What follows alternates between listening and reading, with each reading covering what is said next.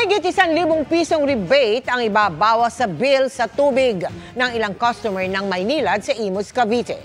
Dahil pa rin yan sa mababang kalidad ng tubig gripo na ipinangako ng kumpanya na hindi na mauulit. Nakatutok si Maki Pulido.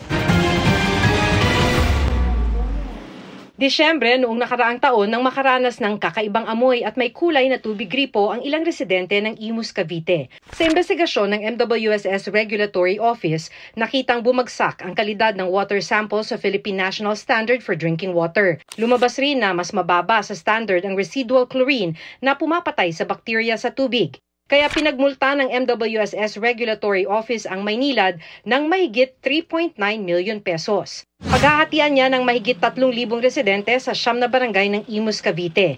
Sa susunod na buwan, makakatanggap ang ilang residente ng 1,122 pesos and 37 centavos na rebate o balikbayad. It's an incentive for them to be more proactive and to invest in the pipe replacements.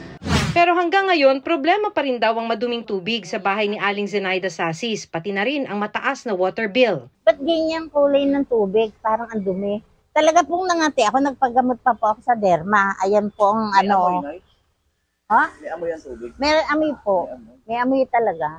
Ayon sa Maynilad, ginagalang nila ang desisyon ng MWSS Regulatory Office. Tinitiyak daw nilang tinugunan agad ang problema at may mga isinagawa ng mga hakbang para hindi ito maulit. Sa ilalim ng Revised Concession Agreement, malinaw ang obligasyon ng mga water concessionaire tulad ng Maynilad at Manila Water. Ilan lang dito ang 24 oras na supply ng tubig, mag-abiso 2 araw bago mag-water service interruption at dapat pasado ang tubig sa Philippine National Standard for Drinking Water. Pagmumultahin ang water concessionaire kung sa loob ng 15 araw hindi ito nakatupad sa kanyang service obligation. 3 araw lang ang palugit kung may banta sa kalusugan ng publiko, halimbawa kung bagsak ang kalidad nito. Hinihikayat ng MWSS Regulatory Office ang publiko na mag-email sa kanila kung may problema ang supply at kalidad ng kanilang tubig para raw ito'y maimbestigahan.